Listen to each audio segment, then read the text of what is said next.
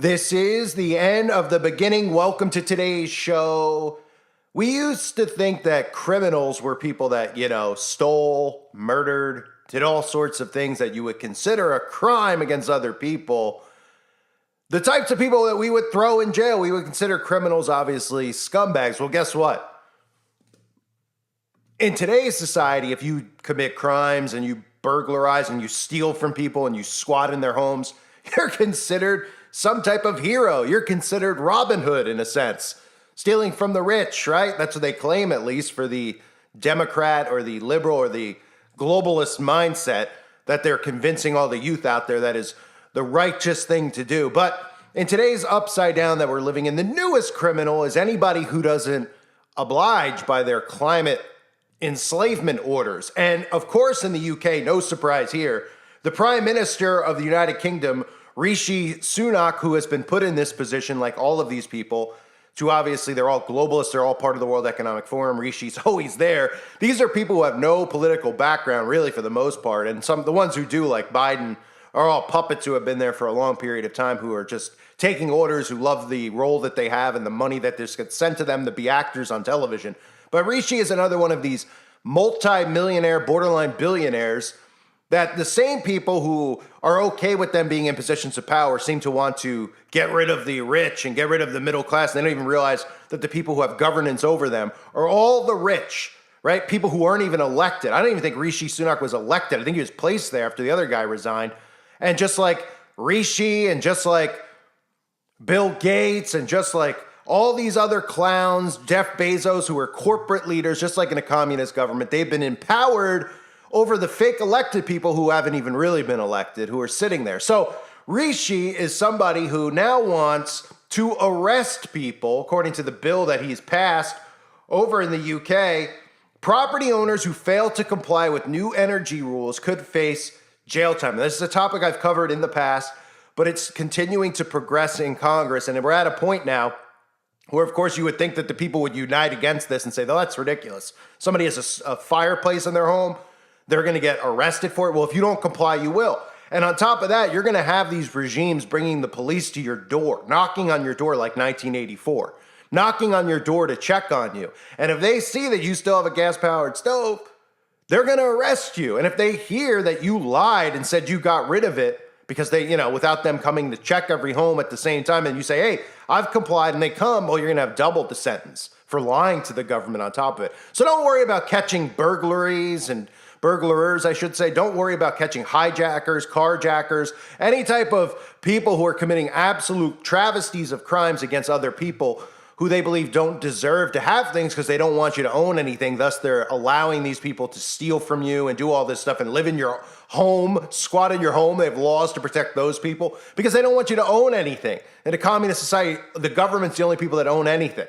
So they're allowing these criminals to run amok, and they're calling you a criminal. And of course, take a look at this clip from Britain's news channel talking about this topic. And of course, you can just identify, isn't it amazing? Like I've said before, you can identify the species of these people who support the climate agenda, the enslavement agenda, because they're too stupid to realize what it is. The same people who support all of these absurd things like masking all the time, all this stuff, right? It's the same types of people. And you can look at them and identify them. You can see the guy and listen to how he talks. Oh, it's about being nice and kind and doing the right thing. These people are complete morons. Listen to this insanity. It's 11:06. Thank you for joining us. So the energy bill cleared its third reading in the House of Commons yesterday. Now, one of the key climb downs from the government included relaxing regulations around onshore wind farms and effectively making it easier to build them. That's right. Ministers have sought to quell a rebellion over the bill. Let's talk now to Senior Lecturer for Climate Change Resiliency and Sustainability, John Grant, friend of the show, and North West Leicestershire MP Andrew Bridgen to discuss this. Good morning, gentlemen. Andrew, if we can start with you. What's wrong with this bill? Well, it's a mammoth bill that started its life in the House of Lords some 14 months ago. It covers a plethora of issues around energy, from hydrogen to supposedly sustainable aviation fuels and everything in between. But I think it's the provisions in the bill that allow for powers to be taken by a minister to declare criminal offences, for a major extension of the powers of the state and intrusion into people's homes to see if they're complying with the latest environmental regulations. If you've ripped out your log burner or if you're burning damp logs. And I think it's a totemic bill, which I think the vote last night, in years to come, people will very much regret passing that piece of legislation. Just so people know this, Andrew, because it is quite an eye-opener, isn't it, that people effectively could get a criminal record if they haven't complied with some of the provisions of this bill in this dash to net zero. If you don't have the right boiler, what else could you be criminalised for?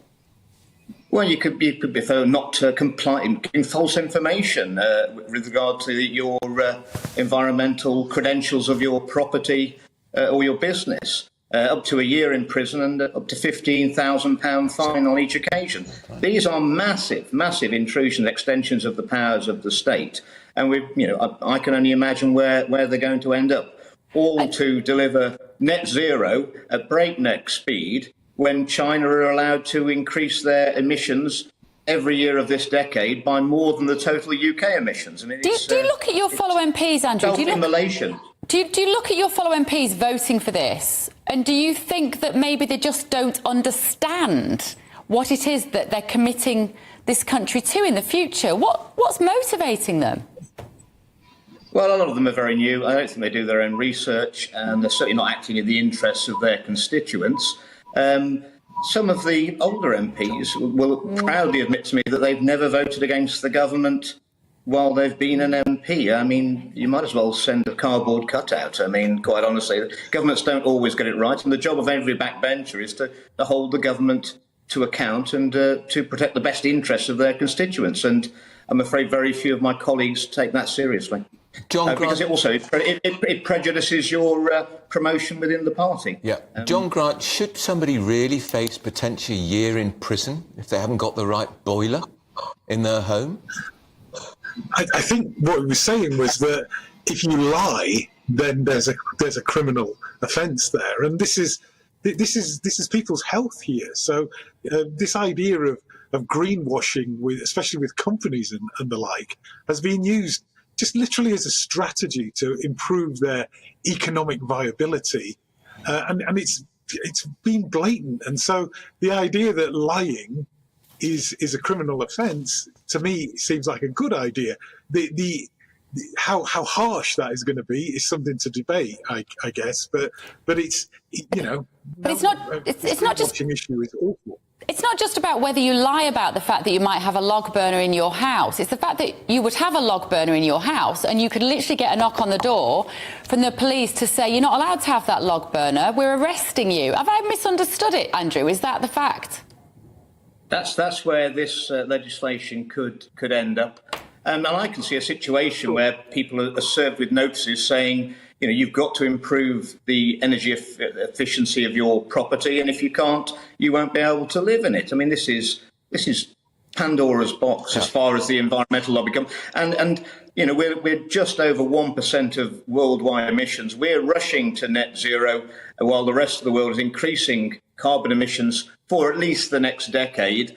And we're going to place ourselves in a very, very difficult situation with probably debts and costs of about 3,000 billion to hit net zero. John Grant, it's just counter Andrew Brission's argument. Yeah, I mean, that's just ridiculous in that this is an investment. This is an investment. We will get the money back from spending on zero carbon. Jobs, hang on, Andrew. Less money. We just spent a whole load of money giving money to people to give to energy companies.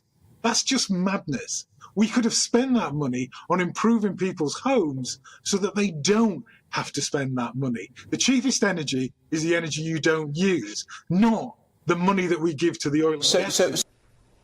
Now let's go to the UK, where Tory MPs are threatening to revolt as Rishi Sunak pushes an energy bill that could see property owners face prison if they fail to comply with new energy efficiency rules to achieve their net zero dreams. They are pushing, Douglas, a proposal where people who fall foul of these regulations to reduce energy consumption could face massive fines of up to £15,000 plus up to a year in prison. What is wrong with Tory prime ministers nowadays. I mean, can you imagine Thatcher contemplating something like this? She would be turning in her grave, and she ain't one for turning. Absolutely.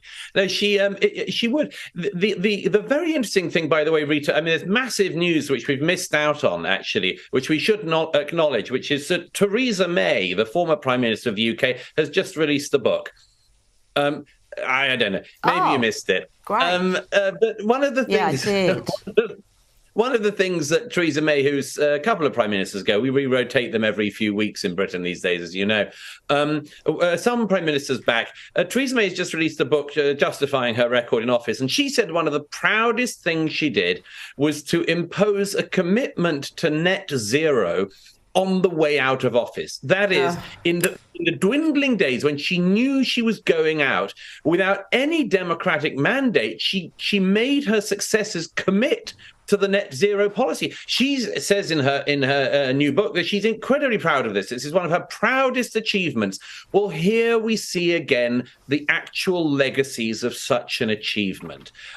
You have to do totally unworkable things. You have to try to manhandle the public into policies they don't want, they don't like, and eventually you've got to threaten the public. This is no way to exercise democracy. You know, we're meant to have a say in this. It's not our overlords just dictating things to us or threatening us with prison. That's not the way it works. It never was, and it shouldn't be now.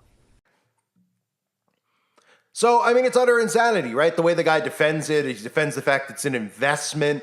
It's enslavement. The government's going to have control over your entire lives, and it's not for the benefit of the human race.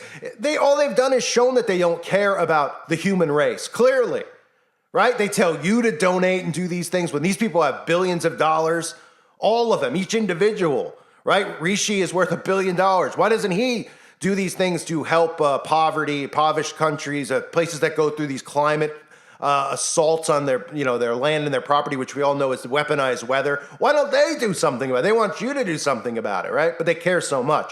They are enslaving us so that they can have control over every aspect of our life. And of course, it's not a surprise that Rishi, who I covered a couple years ago, actually, I think about a year ago, of course, that's been scrubbed off the internet, but I'll bring it back, a clip from that video. Well, I'll bring back the clip of Rishi talking about the digital currency, of course. So when you tie in what he wants to do with compliance to net zero, tie in the fact that the digital currency will be something that the government controls, connect the dots here, right? Well, he wants to arrest people who have fireplaces in their home because that's just bad for the environment. Keeping yourself warm is dangerous now. Never happened in the history of humanity before, but all of a sudden people are just so dumbed down that they go along with this stuff. And at the same time, he wants to have the central banks have digital control over your currency. So can you connect the dots with, oh, you have a fireplace, you're not supposed to have a gas stove, et cetera, in your home. Oh, you showered one too many times this week. Well, guess what's going to happen to your digital currency in your bank account? Just like China, it's going to be frozen. Here's Rishi talking about it. Today, I'm proud to say that under the UK's presidency, the group of the world's 7 most advanced economies, the G7, is launching a set of public policy principles for retail central bank digital currencies, CBDCs. Central bank digital currencies could be a digital version of money, a bit like a digital banknote that could be used alongside physical notes and coins. Unlike most of the digital money people use daily today, it would be issued directly by a central bank, like the Bank of England in the UK. And governments and central banks across the world are working together, looking into what having a digital currency might mean in practice. This includes issues that people care about, such as ensuring users' money would be safe and secure, that it could work with other ways to pay, would be energy efficient and available to everyone. A potential CBDC could offer businesses and consumers new ways to pay in the future. It's all part of the wider story of digital innovation that has delivered benefits to millions around the world and in the UK. The decision on whether to launch a central bank digital currency is for each country to make, and no G7 jurisdiction has yet made that choice. These decisions raise important questions about the reshaping of our economy, financial systems, and the way in which people interact with money and payments. That's why working together and careful evaluation with our international partners is essential.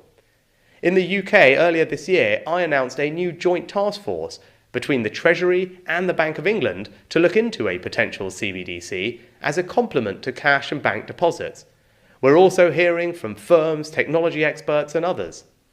Under the leadership of the UK, this report today will help support and inform exploration of CBDCs in the G7 and beyond. With these principles, the G7 is leading an important step change in the global policy conversation.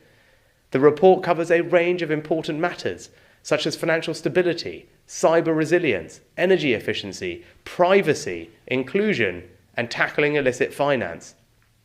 These factors should all be considered when designing and potentially delivering a CBDC that would be fit for the future. Our shared objective is to ensure that CBDCs will be grounded in long-standing commitments to transparency, the rule of law, and sound economic governance. The G7 will continue its work in this important area, working with others to enhance understanding and use of these principles. We're excited to be taking a leading role with G7 members in publishing this exploratory work, bringing money and finance into the 21st century. So it's not a coincidence that these things are connected. And this is what they're talking about in the UK, like you saw earlier. Property owners who fail to comply with new energy rules could face jail time as the government pushes ahead with net zero measures. The decision has sparked backlash from conservative MPs who oppose measures to penalize homeowners, landlords, and businesses. And this is a point where the people need to rise up. These people, their jurisdiction is supposed to be over infrastructure, how the country runs. They don't want, that's become a thing of the past. They're telling you what your kids should and shouldn't learn. They're telling you that your kids should be able to castrate themselves here in America and California. If you didn't see the law, probably cover it on the website, what they're passing. These are things that they're doing. They're taking control of your home, what's going on inside of your home now. Not regulation over your community as far as, well, you know, X amount of money is going to go to building a bridge or the things the government's supposed to be doing, right?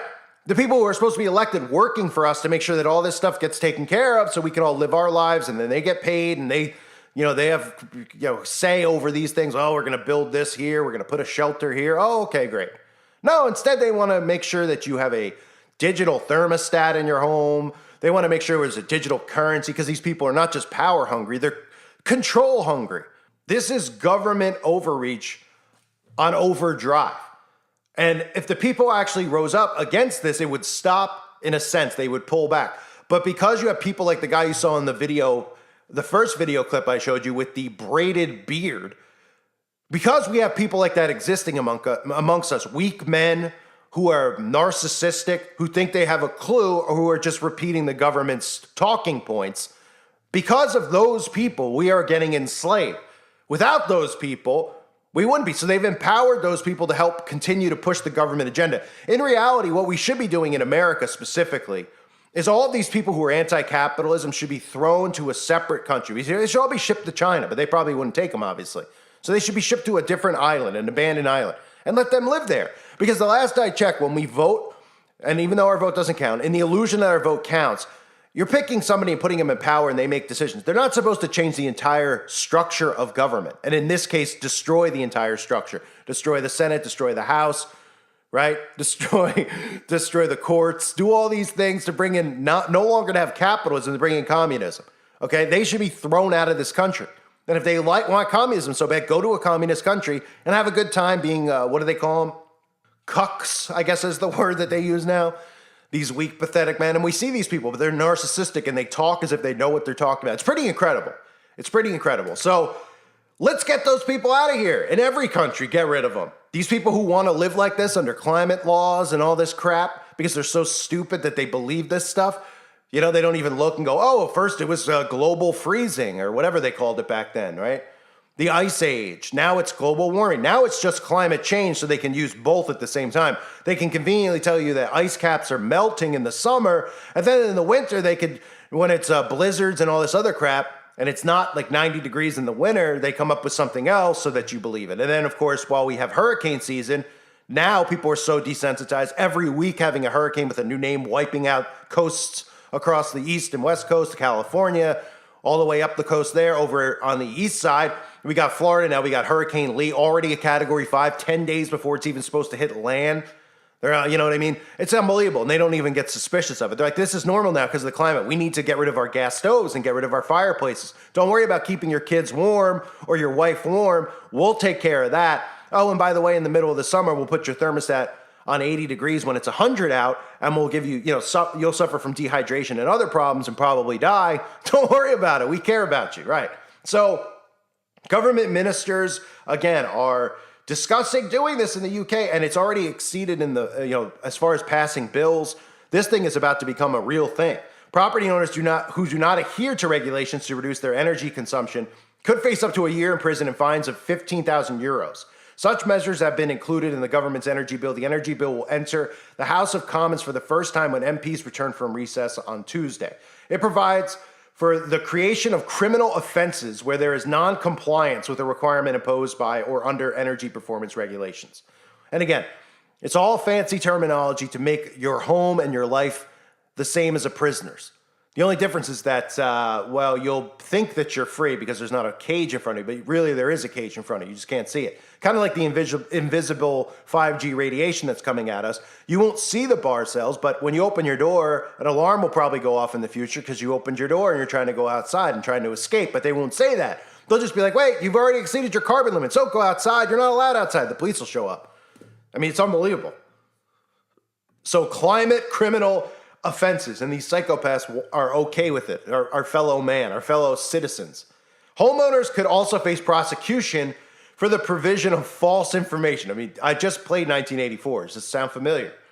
About energy efficiency or the obstruction of an enforcement authority. So if you don't oblige, or if they check on you to make sure that you switched out your stove, and you just go, oh, I'll just tell them I did, so they shut up. But they obviously already are planned to come to people's homes to check, and you lie to Big Brother. How dare you lie to somebody that you voted in, supposedly, to power? All right? Does anybody see how this global order is a tyrannical dictatorship, how it's just absolute psychopaths in control of your every movement and breath? The energy will embolden powers available under energy performance certificates. The power was previously based on a law which derived from Brussels. However, such legislation from European Union has been repealed since the United Kingdom left the bloc. So what does this look like to people? I mean, there's the term government overreach, then there's the term, government imprisonment. And that's what this is. So this is how they're going to force you to comply. And they're going to use scare tactics like this at first because suckers are going to just give in, just like they use scare tactics with this other thing going on. Does anybody not notice all this happening at once? Is anybody sick of the government meddling in their every second of their life? Aren't people just overexhausted? And that's what they do. They overexhaust you to the point of submission. That's one of the tactics that they use. That's what they try to even do here on YouTube, which isn't anything compared to what they do. But I mean, they try to exhaust you from making you, because you can get around their crap if you have willpower, if you have fight in you. But they just exhaust people, so they comply. They're just like, all right, whatever. I'm sick of this stuff. I'm sick of it. I'll wear the mask. I'll do this. I'll do that. And nobody notices all at once with Agenda 2030. They're openly admitting to Agenda 2030, telling you it's going to be Agenda 2025. Nobody sees how all these dominoes are falling all at the same time, and they're not suspicious. Does anyone remember after the event that happened on the 11th of September years ago? From that period going forward for about 15 years, 16, 17 years, 18 years, that really the only stuff we heard about was the boogeymans over in other countries. There wasn't stuff every day affecting your life. This is an everyday effect on your comfort, your home, your children, how your children are supposed to be raised, how you're supposed to parent your kids, how they're changing all the stuff in school that they're supposed to learn. They're going from learning a history of lies to now they want to indoctrinate them. They want to eliminate the history of lies and just indoctrinate them with perversion and all this other stuff that's not true about, this new creation of science of what a man and a woman is. And, they want to shame white people. I mean, is anybody suspicious yet? Okay, this is all done by design. This is a globalist government. So you need to get away from the Democratic Party and the Republican Party and be a human being and realize that people are trying to imprison you. They're making things up. Don't people notice that the climate agenda, that these people don't even comply by their own agendas? They're like, well, we got to do something. We care so much about it. John Kerry, all of them. And then Bill Gates, but it's okay for us to fly around because we're making a difference. They've got trillions of dollars. They're talking about poverty, donating money. They do nothing. They could solve all the problems of the world with their money. if they wanted to. What they want to do is enslave you so that they always have their money and they always have power and control, and then all the land is theirs. And they're doing it. It's called divide and conquer. You ever seen countries more divided over politics? And the elections aren't real anymore anywhere. And they haven't been ever, really. But specifically now, we're seeing people where they're flat out telling you, oh yeah, so-and-so's approval rating was like 5%. And they win the elections. And the people are like, that's not true. This isn't real. And they go, oh, well, we're going to arrest you if you disagree. This has to stop before it gets to a point where we're all enslaved. And the only way it stops is if these morons who are involved in the parties, the political parties, realize that the people who are pulling their strings are all scumbags working together. All of them. They are the wicked. And the people could rise up against this if the people will wake up from this deep comatose sleep that they're in. I thank everybody for being here. I hope you're all doing well. God bless you as always and your families.